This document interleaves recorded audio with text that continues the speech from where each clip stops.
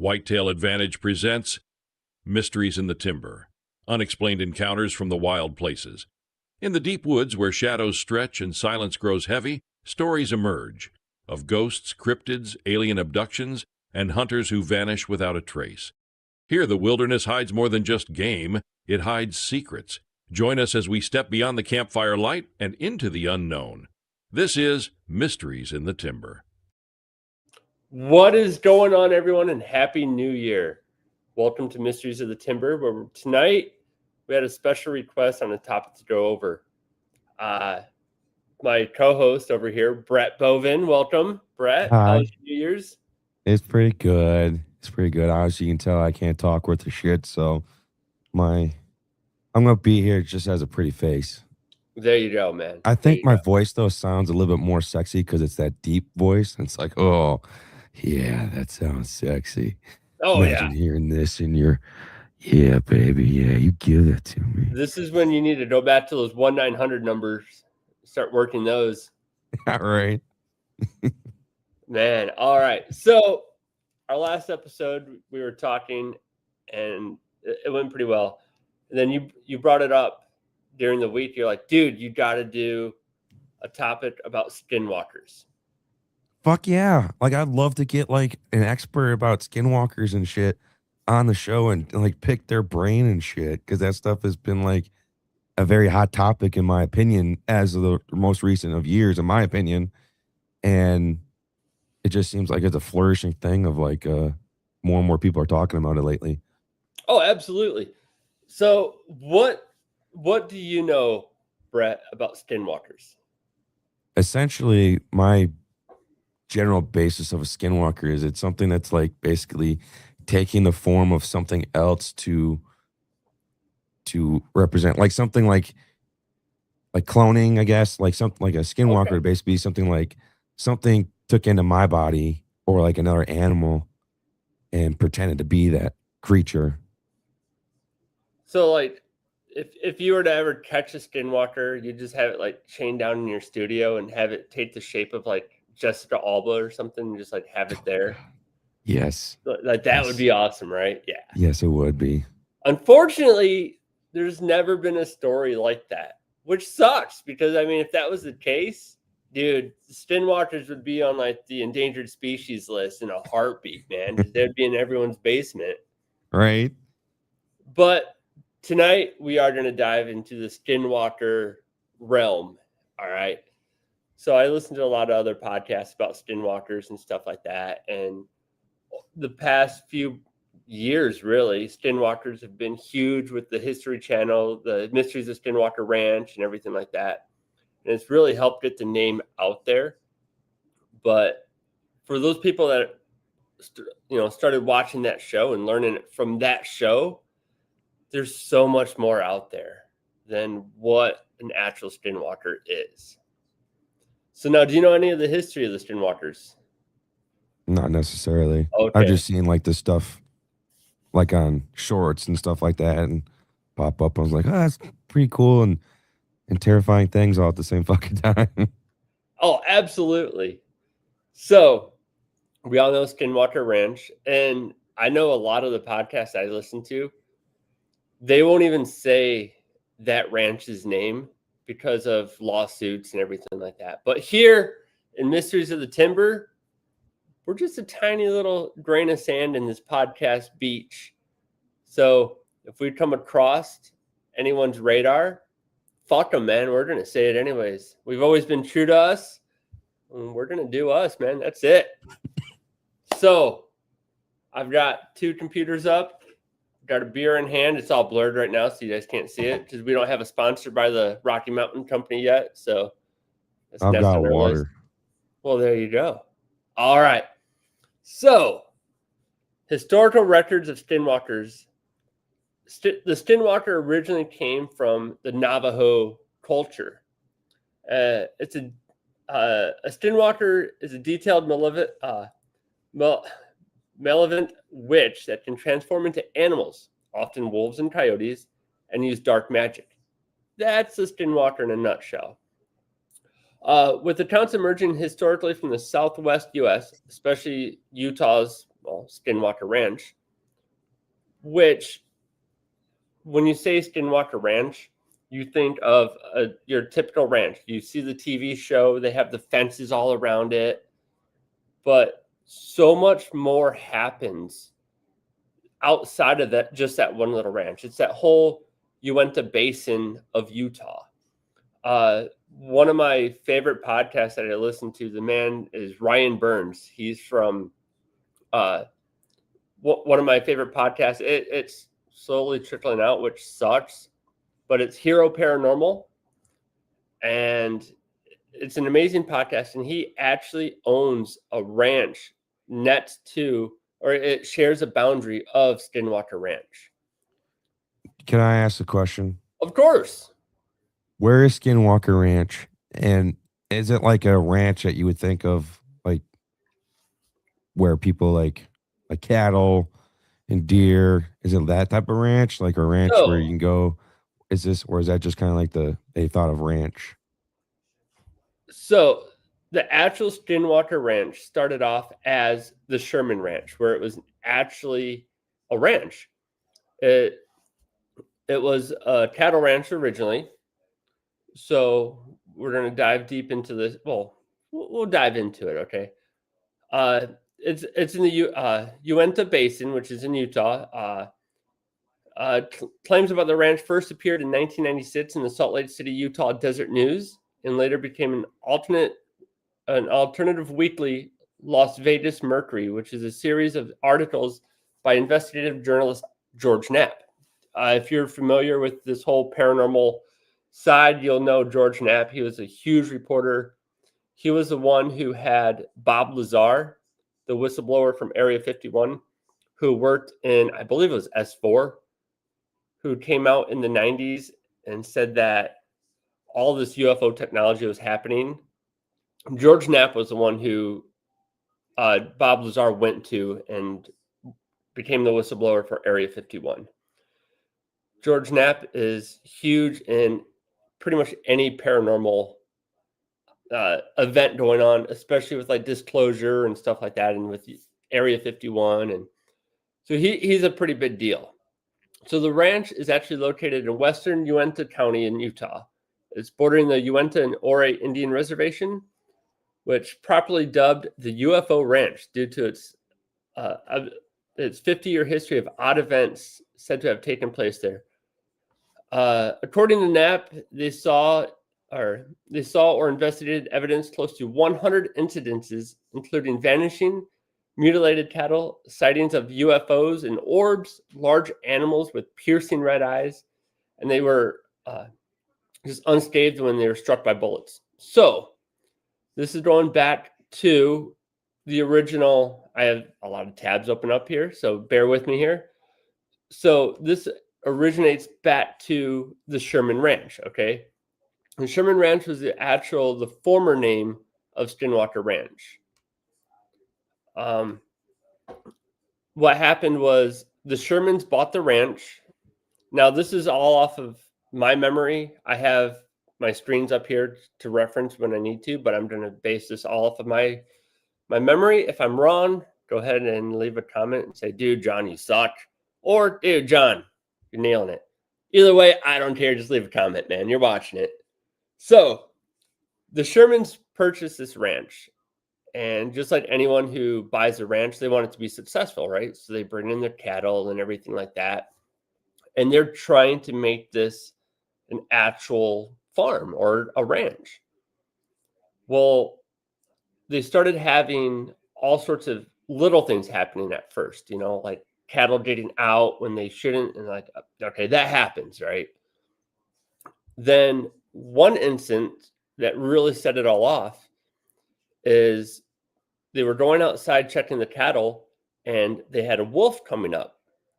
And just like any good rancher, you're typically out there with a firearm and you see a wolf, you're like, oh, I'm going to go smoke this thing. So he runs in and gets a 357 lever action, right? 357, it's a good stopping power, man. That's a good round. So the wolf is coming in and he shoots it. He's shooting this wolf and the wolf is doing absolutely nothing. I mean, it's absorbing those rounds and just keeps coming. So he's unloading this tube mag, this lever action rifle into this wolf, and the wolf just turns and runs off. Eventually it runs off. Well, then they started having different events happening where cattle just plain went missing. And then they started having all sorts of like poltergeist activity happening in the house. Well, it all started escalating greatly.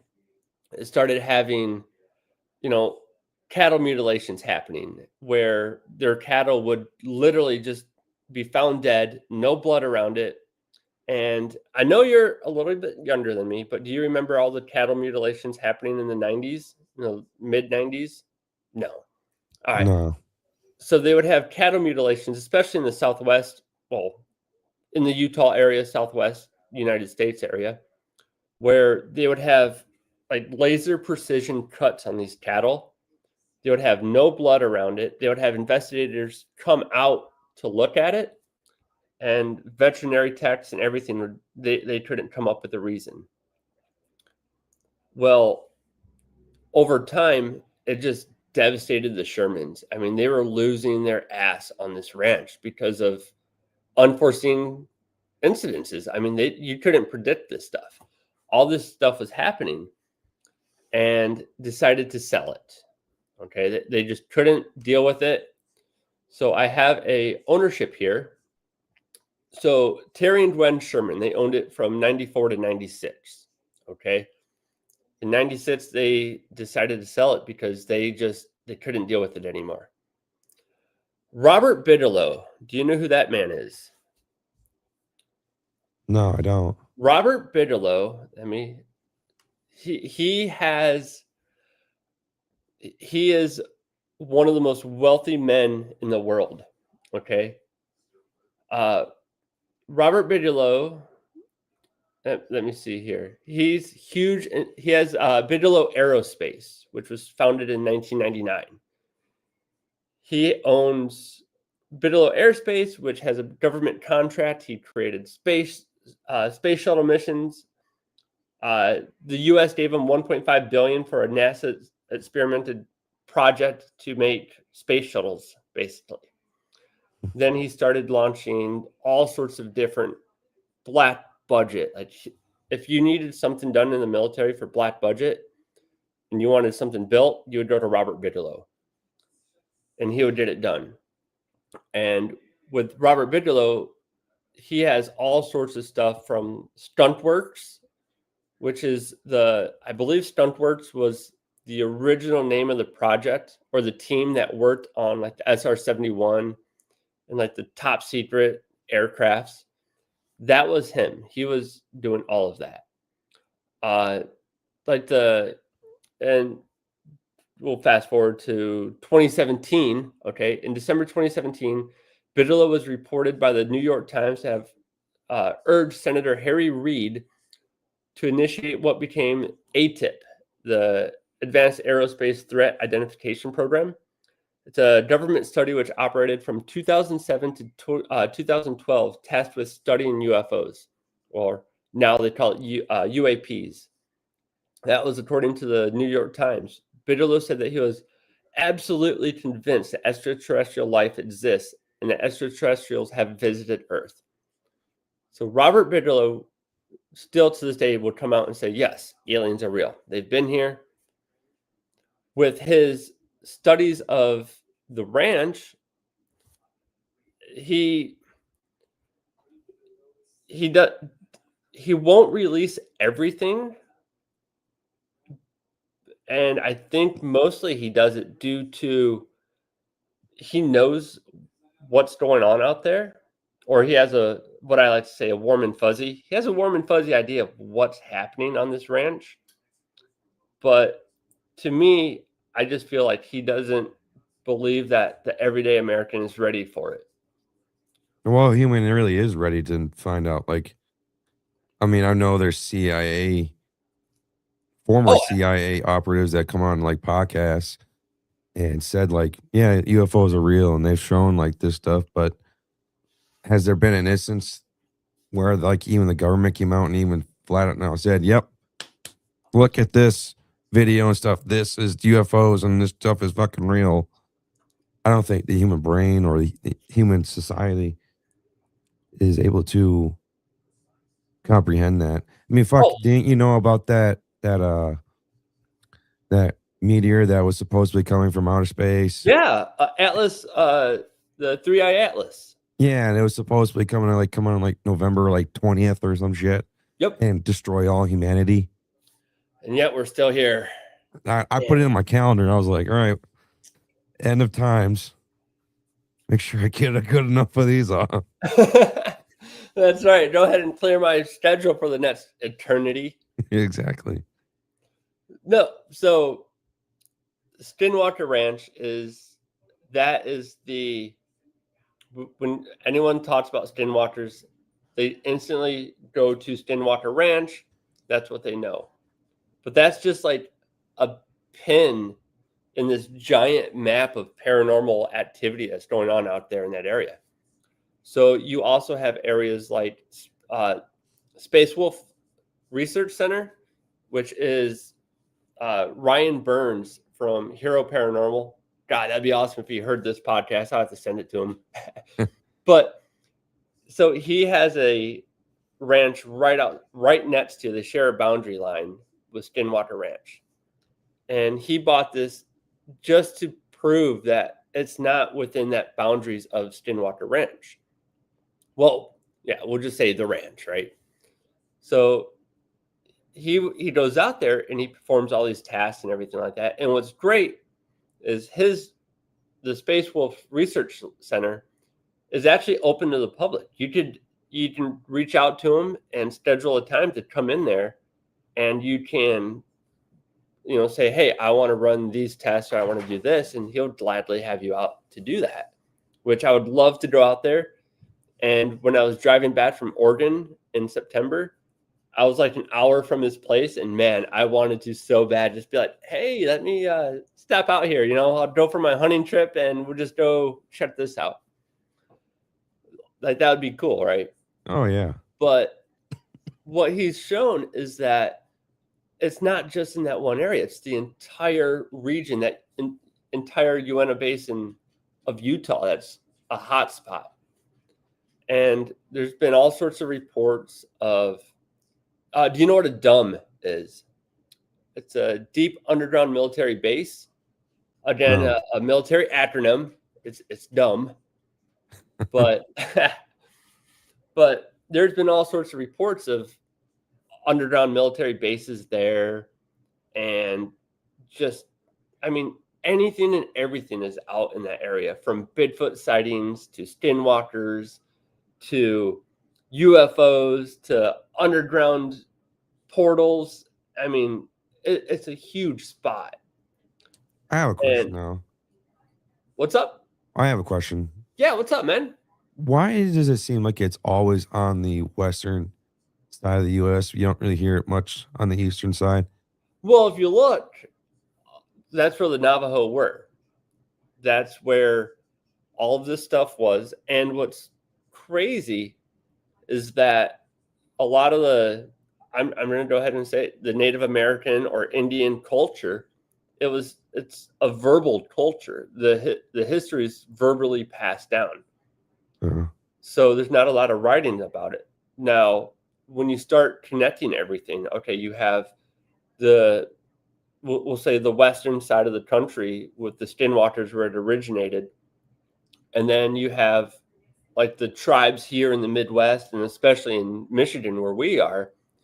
You have Dogman, who, some people say, oh, well, that could easily be a skinwalker. Then you have people down in like the Seminole tribe of Florida. They'll have like the skunk ape, which is like Florida's Bigfoot. Then you have the Rougalou, which is down in like Louisiana, in like that area. The Rougalou? Yes. So a Rougalou it's like a Cajun Bigfoot skinwalker type Okay. entity. And looking back at everything, you compare Bigfoot, Dogman, the Rootaloo, Skinwalkers, a lot of them will all have the same commonalities. People say, oh, they're tall, their eyes are glowing. There's all sorts of paranormal stuff that happen around them. So just because the Navajo called it a skinwalker and Michigan might call it something else, and the Southeast might call it something else, it could all be the same thing. I mean, that's just what it could be. Yeah. But so you're right. The skinwalker is like a shapeshifter.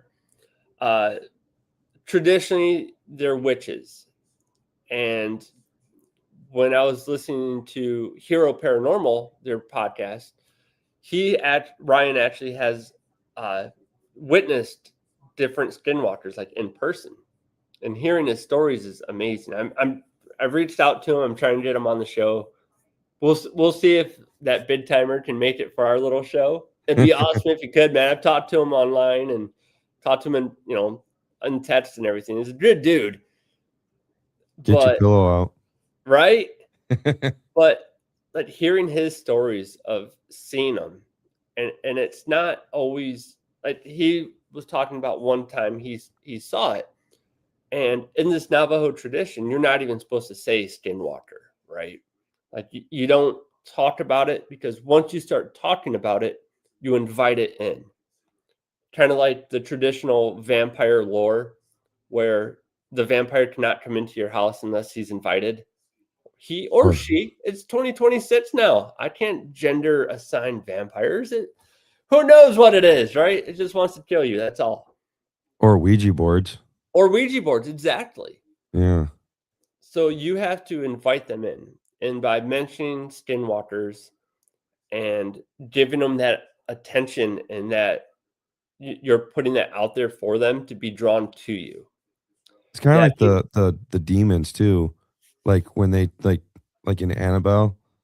Exactly. It's kind of like it's inviting itself into there, but disguising it as like the daughter, but they invited it into the house and then it took over the house. It seems like it they all need that, like some form of that invitation. Exactly. And like you had mentioned, Annabelle, it's not going to start off as just this evil entity. It's got all eternity. It can sit there, and you can, like on Poltergeist, the movie, it started off as just a cute, innocent friend in the TV on Poltergeist, right? And over time, it just developed into a hell house. And that's what a lot of these are, where you'll see something that's not right. Yeah. And you're like, okay. Like one of his stories is he saw one, it was in the form of a woman who was naked walking down a dirt road out in this Uinta Basin area. And he's like, I drove past this woman and turned around to see if she needed help. And I turned around, and as I was coming back, she just disappeared. I believe that was the story. And it's like, as I was passing by, I saw her. She kind of glanced over. It's like, then a couple days later, I saw her again, and we made eye contact. And again, I went to slow down and just kept walking, and something wasn't right. So I left. And that's a lot of the stories out there, is you'll see something that's not 100% sure. And you're like, okay, well, something's off here. And you just have that guttural instinct of something's not cool. And that's how a lot of it starts with the Shermans. That's how it started, seeing that wolf. And I believe it had killed a calf or was carrying a calf off. I'm not 100% sure. I could look it up real quick, but we're not going to. If I'm wrong, I'm wrong. I will admit it. But it makes for a good story. So that's what happens. And you start seeing these oddball things happening, and then it just spirals, right? So the best thing to do, Navajo will the legends in the Navajo history will tell you, don't even talk about it. If you see one, don't acknowledge it. Just keep going. Just bypass it altogether, because you don't want that evil in your life. Kind of like being married. You just avoid it. Just go. No shit. But that being said, all right. But I don't want to focus on just that area of Skinwalker Ranch. It's the entire basin, and getting more into the actual Skinwalker. We'll go into the locations and everything like that here in a bit. But what are Skinwalkers, right? It's a Navajo legend. They're shapeshifters. They have evil intent. Unlike benevolent medicine men, Skinwalkers use their powers for harm, practicing curses, and they probably swear too. So, robbing graves and killing for personal gain, anger, or revenge. Sometimes using corpse dust, which is powdered bones, to cause illness and death. The physical traits of a skinwalker are often described as large, fast, and strong, with glowing red eyes, appearing with a mix of human and animal. So typically a skinwalker, when they take an animal form, is going to be a wolf, a coyote, a fox, something along those lines. And typically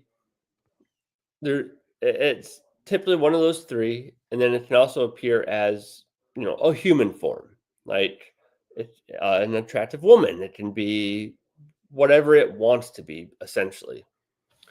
Modern interpretations and research. So media and paranormal.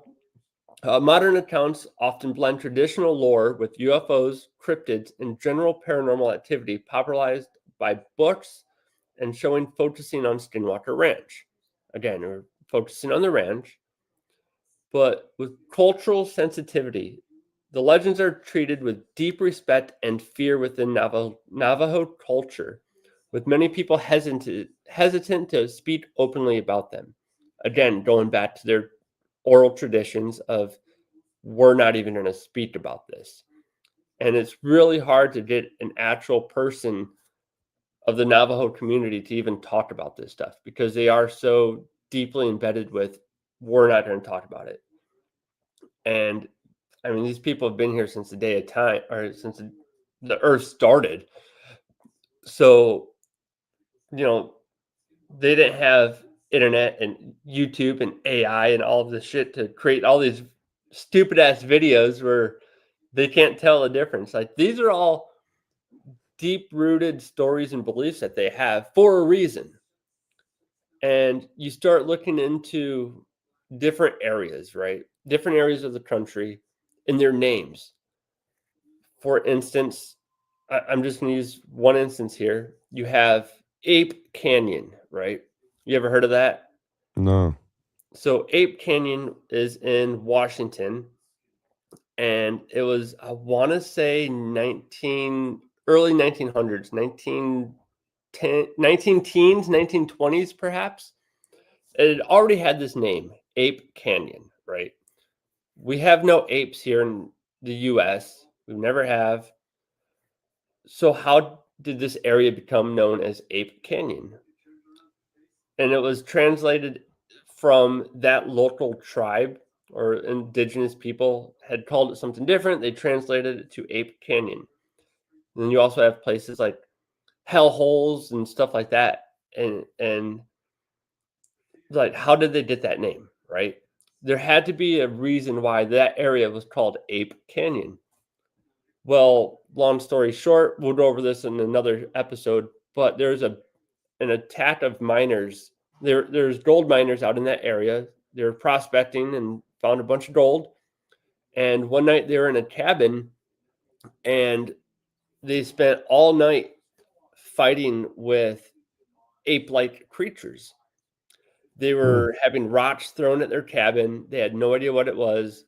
They would hear howls and yells and screams that were just, you couldn't make them with the human body. Like deep, guttural, long-lasting howls and screams.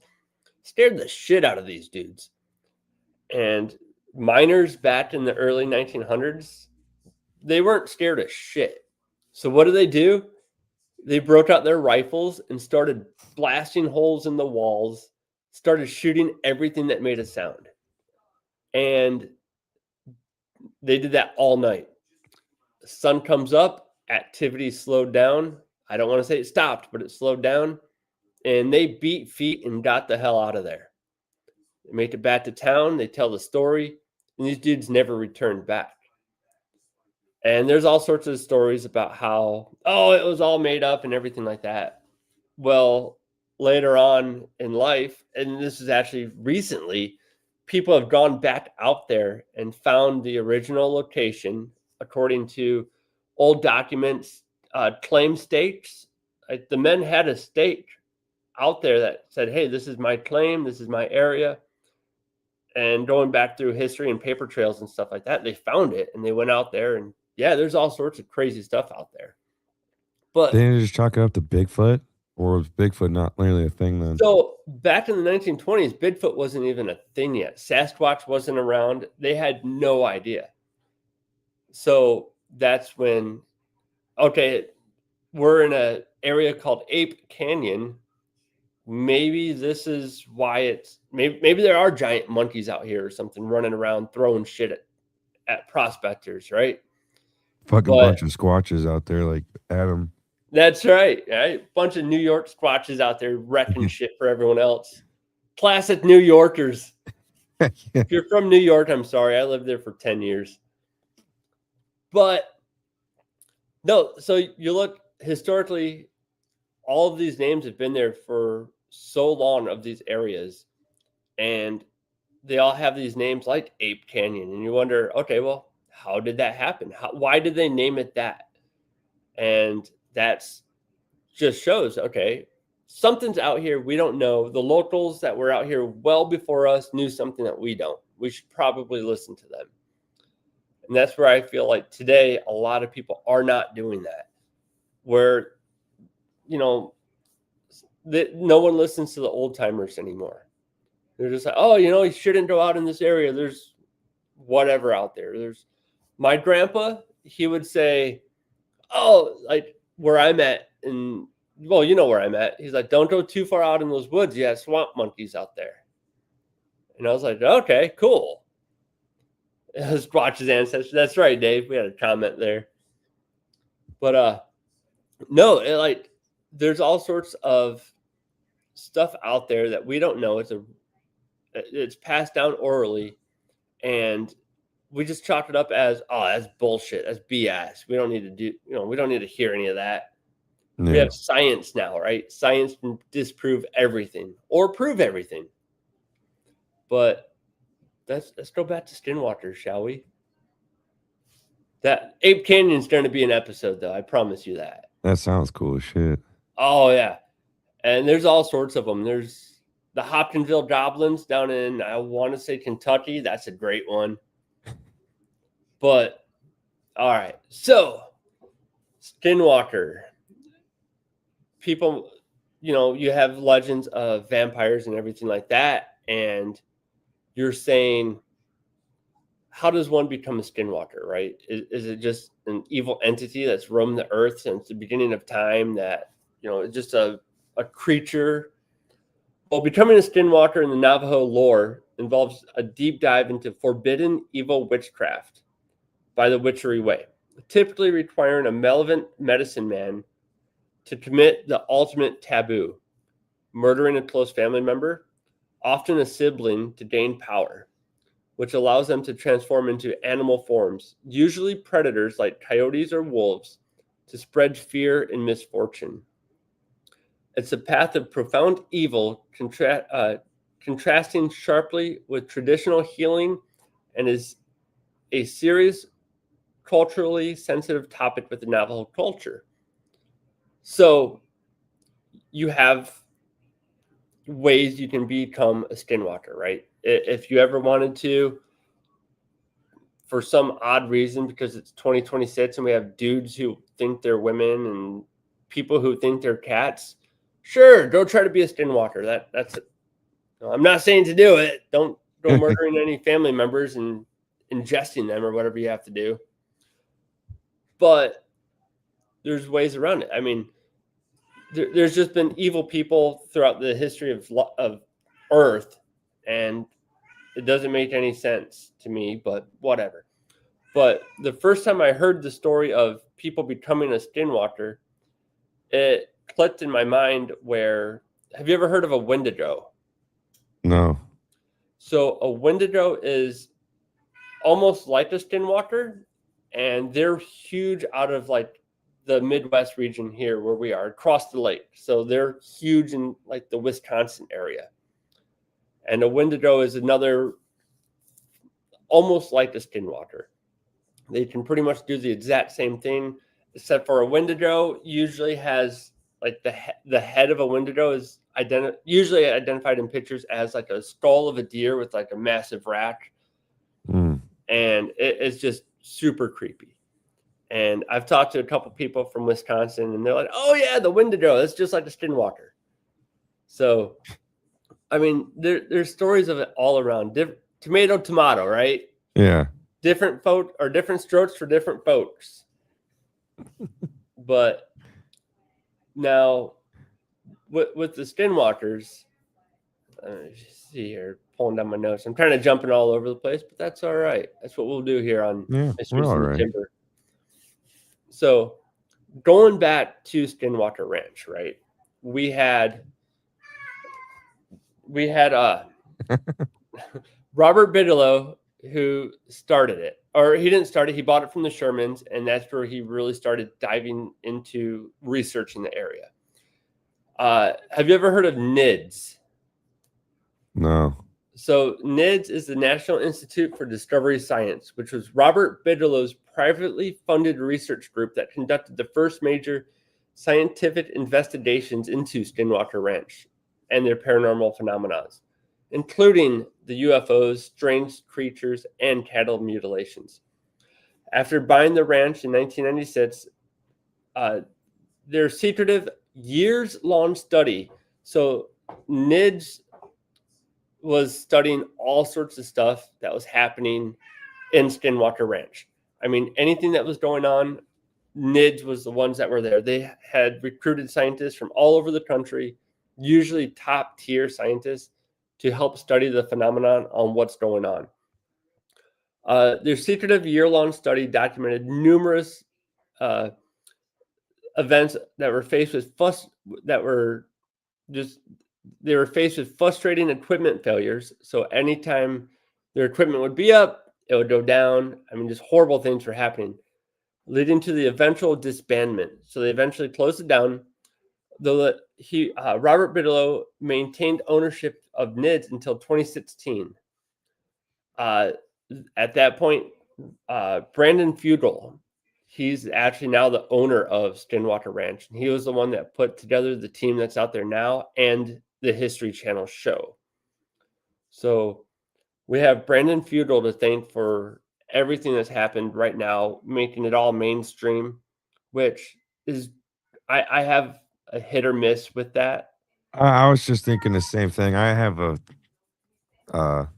my own little feelings about mainstreaming it and shit. Yeah, what's your thoughts, Brett? I think it's just I think the Skinwalker Ranch is real, but I think this Brandon Fugel guy, because I've seen the website, it seems like he found a way to I mean, good for him for doing this, to market an area and basically found a market for it. He's And monetizing it. there we go. Yeah, Yep. that's a better term for it. Because I went on their website when you told me we were talking about skinwalkers today, and I was like, "Oh, you gotta pay for like all this shit." And then, sorry, I'm trying to not swear as much. And No, go for it, man. You swear all you want on this fucking show. you have all these like apparels. You want to see live stream, you gotta get that to have a subscription, and then you have the command center, you gotta pay for that. And I'm like, you just found a way, like you said, monetize it all. And it's like, are you really doing it for the betterment of it all, I guess? I mean, heck, you got your own fucking security. So Brandon Fedor owns an unbelievable amount of property in Utah. I mean, like he's probably one of the richest men in Utah for sure, and probably one of the top 10 in the country. Hmm. I mean, the dude's he's a real estate mogul and has done amazing things. And it's great. I'm glad that he bought it when Mysteries of Skinwalker Ranch came out on History Channel. I was first guy to watch it. I mean, I was nerding out on it hardcore. But because I've always enjoyed this stuff and watching it and seeing how the team that he brought in, it was awesome, right? I mean, a lot of that staff has been on there since Brandon bought it, and they started doing all the research on everything on it. And during one of the conversations Brandon Fedor had on, I believe it was one of his shows, he was talking about how when he bought the ranch from Robert Bigelow would not give him any of the information that he got from all of his testing. He's like, nope, this is everything from NIDS and all of their secret programs. That this is ours. We're keeping it. We will help you if you need help, but this is our information. And I think a lot of it has to do with, okay, we know what we know, kind of like a blind study where they had it for however many years. This is what all the information we have. Let's see what Brandon Fedor's team can get and figure out, and we'll compare it from there. Right? That's my thoughts. I mean, it's 512 acres, and the Pentagon's also in part of this thing. Like on their website of the Skinwalker Ranch, there's literally a sentence in there. It says, this remote location was involved with a Pentagon-funded black budget project studying UFO activity, cow mutilations, and strange phenomena, and is also known as a living laboratory for studying other intelligences and possible interdimensional phenomena. Yep. Our own fucking government isn't on this shit. Exactly. So now that's going back to like the deep underground military bases, right? The DUMBs. And now you have someone who Brandon Fedor has no ties. Well, he has no ties to the military. That is public anyways. Or no ties to the government, we'll say. Not necessarily the military, but the government. And what I liked about all the little ranches and houses and communities around that Uinta Basin is all these paranormal events and events that these billionaires are studying and having all this testing equipment. It's not just happening in that 500-acre ranch. It's happening to the everyday people that live out there that can't afford to go move somewhere else. And that's what Ryan Burns from Hero Paranormal's talking about. And that's what he's going out and doing. He'll have shows out there and run different testing. And it's like, it's not just in that area. It's everywhere, guys. And we don't know how far it goes. And especially with like the cattle mutilations, like there's all sorts of crazy government conspiracies out there on why they're doing this. And it's unbelievable. And to think that the government would come out and say, hey, listen, guys, we've been lying to you since 1776. And yeah, we're going to come clean with every single thing out there. Yeah, the CIA killed Kennedy. We never went to the moon.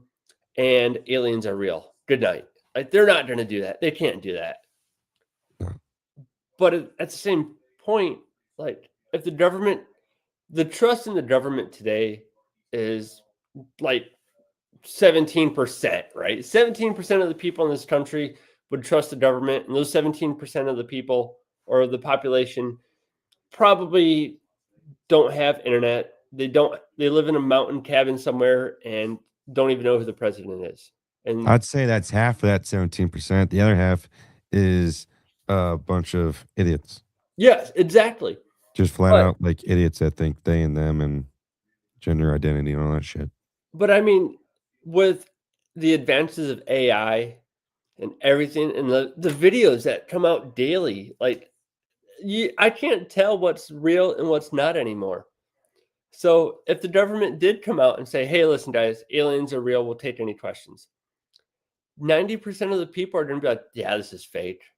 I'm not watching this. I mean, it's unbelievable. So did the government have something to do with this? Oh, absolutely. They're still working on it. I Yeah. completely believe that. I mean, with all the secretive research out there, and say they do have an underground base there, and they're starting to learn about what's going on out at Skinwalker Ranch and everything like that. Like, why would they tell anyone?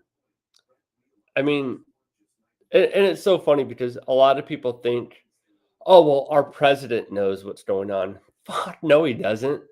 And I'm not saying it just because it's Trump or Obama or Biden or anyone. The president doesn't need to know, right? I And want then, to have a quick question because yeah, I just thought of it before. Yes or no? It's just two questions. Have you seen the National Treasure? oh yeah, And then about the secret book of the presidents. yes, I've seen that. Do you think that's real? Yes, but I don't think it's for the president.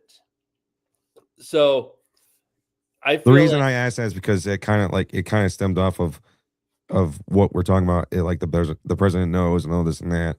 So like that's what I revert to like from that movie. It was like it's a passed down book from president to president of like the Kennedy shooting or the assassination, John Wilkes Booth and all this other fucking shit. So oh, absolutely. that's why I was just curious. So I don't think that the president runs the day-to-day shit, right? He has his Mhm. cabinet. He's plotting attacks in Venezuela, which is fucking sweet. That's Yeah, awesome. we Good got job, that guys. fucking Muduno.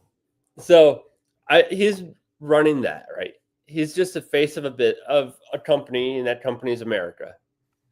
Now, the ones that are running it behind the curtain, the black budget stuff, the shadow government, as we'll say, those guys I feel are the ones who are in total power. They're the ones who are in control, whether the president knows it or not.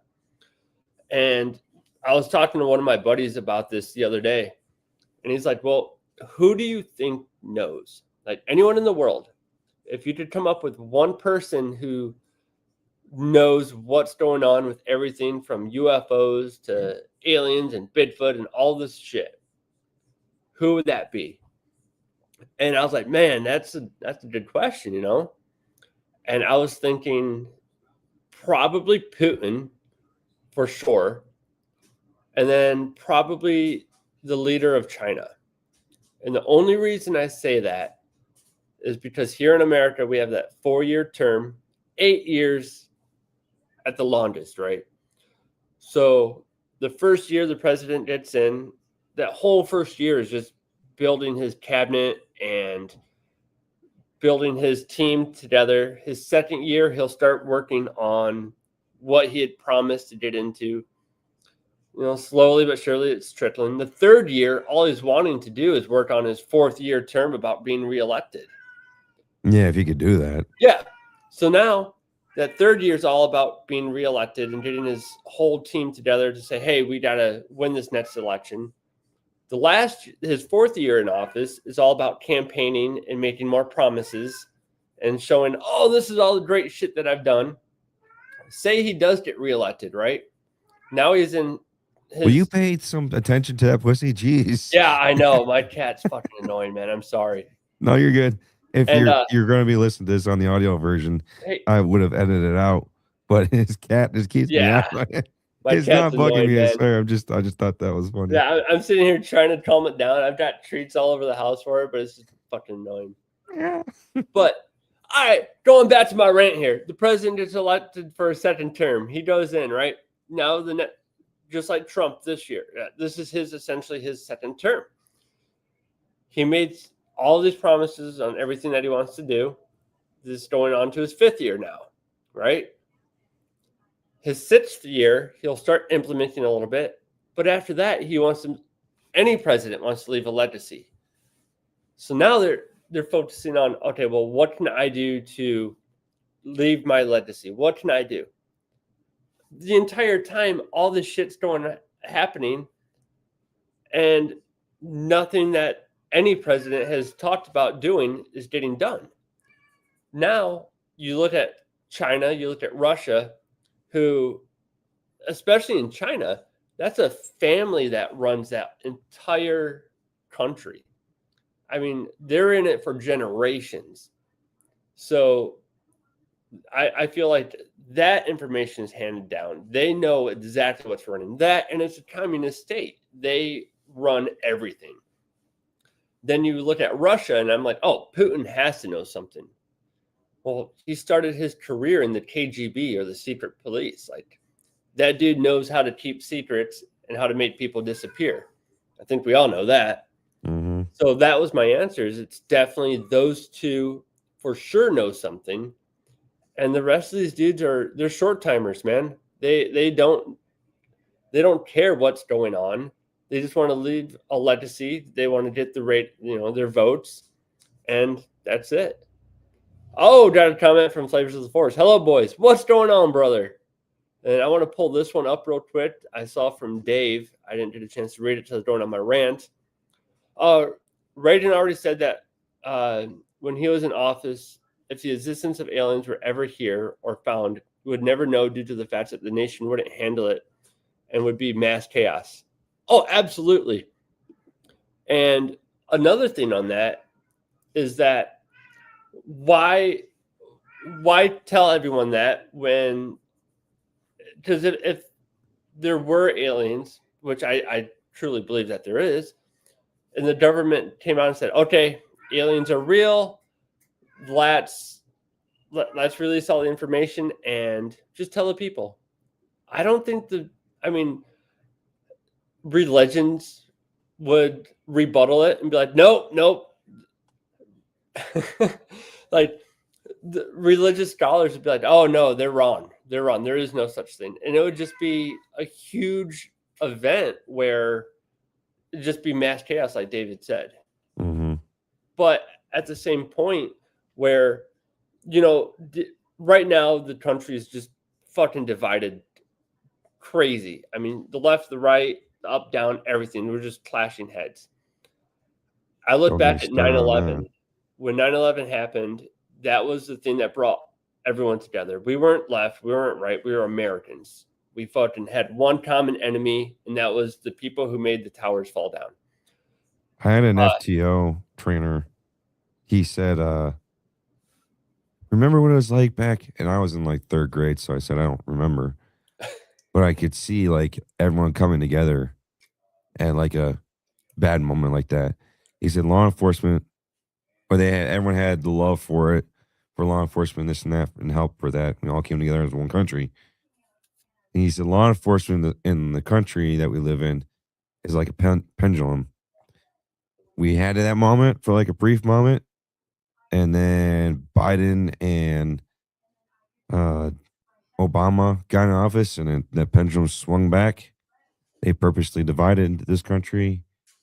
I'm sorry, I'm getting on my own rant, but no, go for it. I'll stop the rant there, and I'll just say he said it was like a pendulum, and he said, unfortunately, we need some other event similar to or along the lines of a 9/11 in order for us to get back together. We need a common enemy.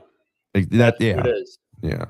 And if we're in the shit and the melting pot's getting too overboiling and we're going at it, why not have an alien invasion or say, hey, yep, guys, we need to work together because, well, now aliens are real and they're coming for us with 3-Eye Atlas in November 28th or whatever it is, right? Yeah, like do Independence Day.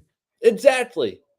And yeah, that would be a great way to unite the country. Well, if it's a global threat like UFOs, that would unite the world. I mean, yeah. But that's the only thing that would. And it's just would never happen. The way our government is, the way the country is, and the way the world is right now, where everyone's at each other's throats, it would never happen. Even if there was like an Armageddon like event, the movie that was real world life. Like, I would like to say yes, it would, but I don't think it would. I think that if the government came out and someone said, "Hey, we have an asteroid right now coming for the Earth. It's going to be here in 2 months, and there's nothing we can do about it." I still think that you'd have so many people out there, the naysayers, saying, "Oh, it's not real. That's fake news," or that's bullshit because of this reason right here. You just we live in a state now where the news can tell you whatever it wants to. I mean, let's face it, there's two genders, male and female. That's it. Yeah. You can ask someone and they're like, no, there's 72 of them. And they'll give their rebuttal on why they're right. Yeah. And you're just like, no, you're wrong. Like simple solution. How do you piss? Do you piss standing up or sitting down? There we go. I mean, sometimes I have to sit down because my back hurts, but hey, that's my curse of carrying this hog. Whoa, wait. Yeah, I agree with you on that point, but I also think that we wouldn't really necessarily come together. I think it'd be more of like mass panic. Oh, absolutely. And I that think would there'd be like cause little glimpses of coming together, but not really. you Not would have enough to help. yeah, you'd have pockets of people working together, and that was it. I don't think anymore you could unite the entire country. Yeah. But no, so this was just like a little introduction here into Skinwalker and government conspiracies. I want to dive more into it, but we're coming up to the hour mark now. So, but I mostly just wanted to get out there and introduce the Skinwalkers and say, hey, this is Skinwalker Steve. Check him out. But no, like we're going to this is for me, I have it broken down into a two-parter, and I knew that coming into this. So Ooh, part yeah. one. So I wanted to get this first part into because I knew we were going to go down those rabbit holes, and I knew that we were going to sidetrack. Because I mean, let's face it, that's what we do on our other shows, right? Yeah. But I wanted to get the history of Skinwalker Ranch out there and let people know that it's not just one little 500-acre ranch. It's that entire area. And it's not just in that one area. I mean, there's offshoots of it. And the next episode is going to be all about different ranches, just like Skinwalker Ranch, all over the country. There's another ranch, for instance, called Blind Frog Ranch. And that has some crazy shit happening out of it. And if it was more mainstream and people knew more about it, they would focus more on that than they would Skinwalker Ranch because of the shit that came out of there. And it doesn't have the media coverage or the investors or anything like that to publicize it.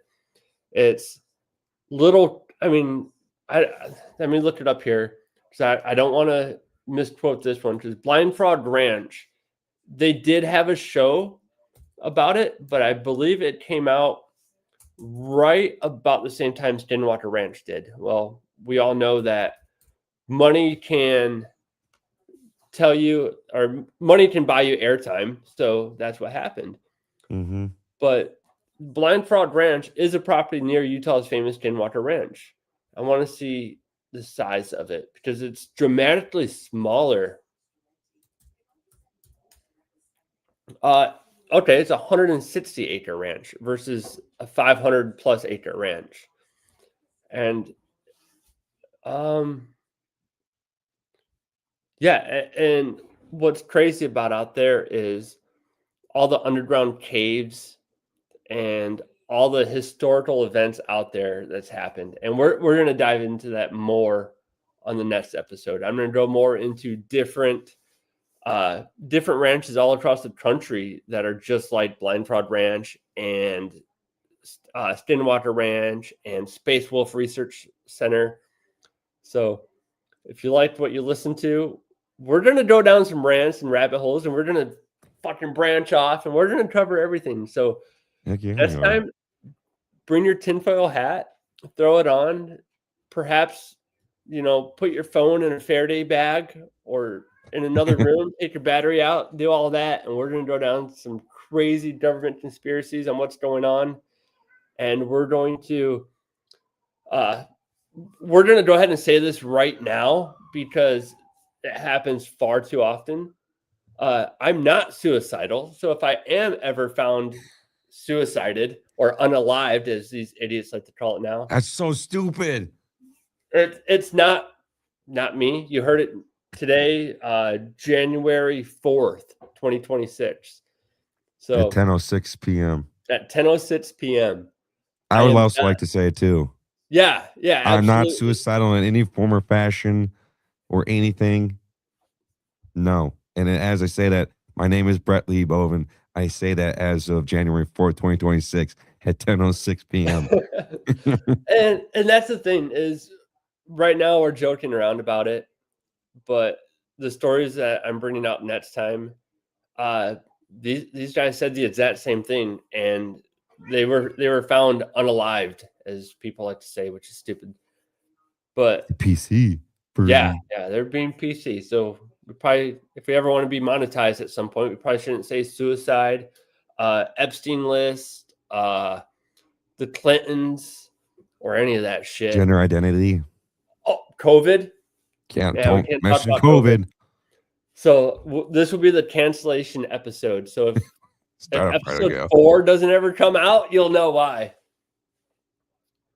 But that's where we're gonna leave off today, brother. How's that sound? That sounds good. Your next show is Tuesday, January 13th. January 13th. And we're gonna go. I'm gonna try to have one other person I'm in the works with who knows a fuck ton more about this and has actually lived this stuff. So I can't make any promises, but we're gonna try to get him on here as well. So yeah. But we're not gonna drop any names yet. And I'm just like a partial co-host, so you all know. I'm just here to help bring some different light to it, form of law enforcement creativity to it. We say all the time, this is Johnny's show. I'm just here as a sounding board type deal. Yeah, Brett's like the producer of the show, we'll go ahead and say.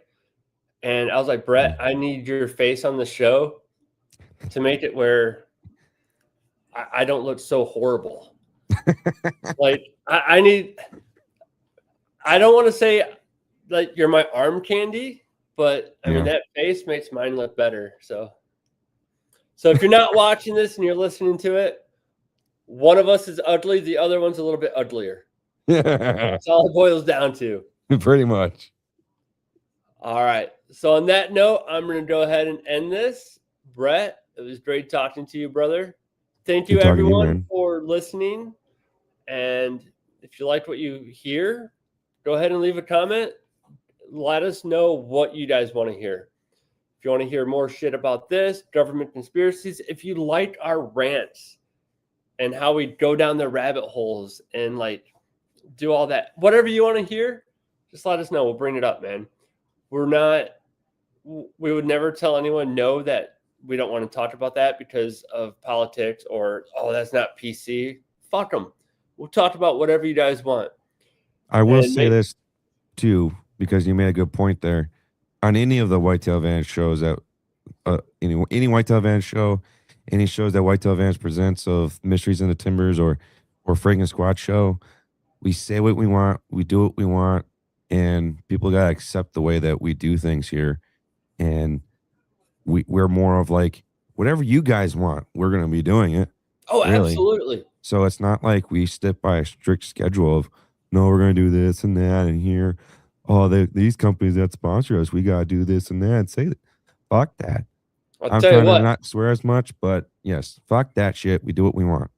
The official sponsor of Mysteries in the Timber is Flavors of the Forest.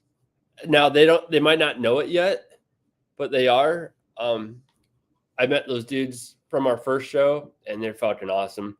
and they're huge into this stuff too, and I love it. So they've helped us out a lot. Nelson, Matt, the enchilada guys. But that being said, anything you guys want to hear, let us know. We'll go down the rabbit hole. Fuck it, it'd be cool to have a call-in sometime and call in and tell us your stories of any paranormal or cryptid events, or if you just had a creepy fucking night in the woods, let us know. Then we have, I mean, from doing this, we've been working now together for almost 2 years now. Year and a half, almost 2 years. Yeah. And it's been so fun, dude. I mean, I was a guest on Whitetail Advantage, and I was nervous as shit. And then I had fun. Then we started working together and doing this more. And the people that we've met, the fans that we have is fucking unbelievable, man. I mean, it's a good time. And that's what we're just trying to do. We're trying to build up podcasts where you can be a fucking conspiracy weirdo like me and have a show about this that started off with hunting. And now we're spinning off into weird paranormal shit in the woods. I mean, I love it, man. I love it.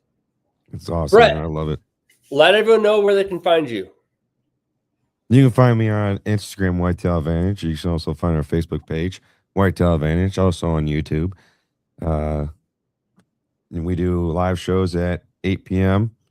And Frank and Squat Show do it 8 p.m. as well. Frank Mysteries and Timbers does live shows on Tuesdays at 9. And I'll save all the other stuff for the regular show. This is your show. You got it, man. Well, if you guys want to reach out, you can reach out to us from the Whitetail Advantage podcast. You can reach out to me at Johnny Nitro Night on Instagram. Fucking Flavor of the Forest. He said, Brett, I just got the Grateful Dead Oregon Ducks hoodie. Fuck yes. Nice. Awesome, dude. Sorry, I didn't mean to cut you off. That's awesome. Nope, you're good, man. You're good.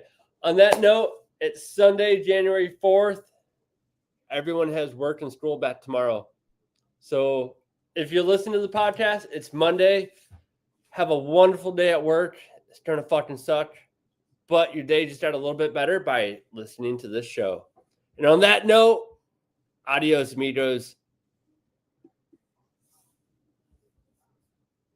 You've been listening to Mysteries in the Timber, presented by Whitetail Advantage. If you've enjoyed tonight's journey into the unknown, be sure to follow the show, leave a review, and share it with a friend who loves the unexplained. Until next time, keep your lantern close and never stop searching the shadows.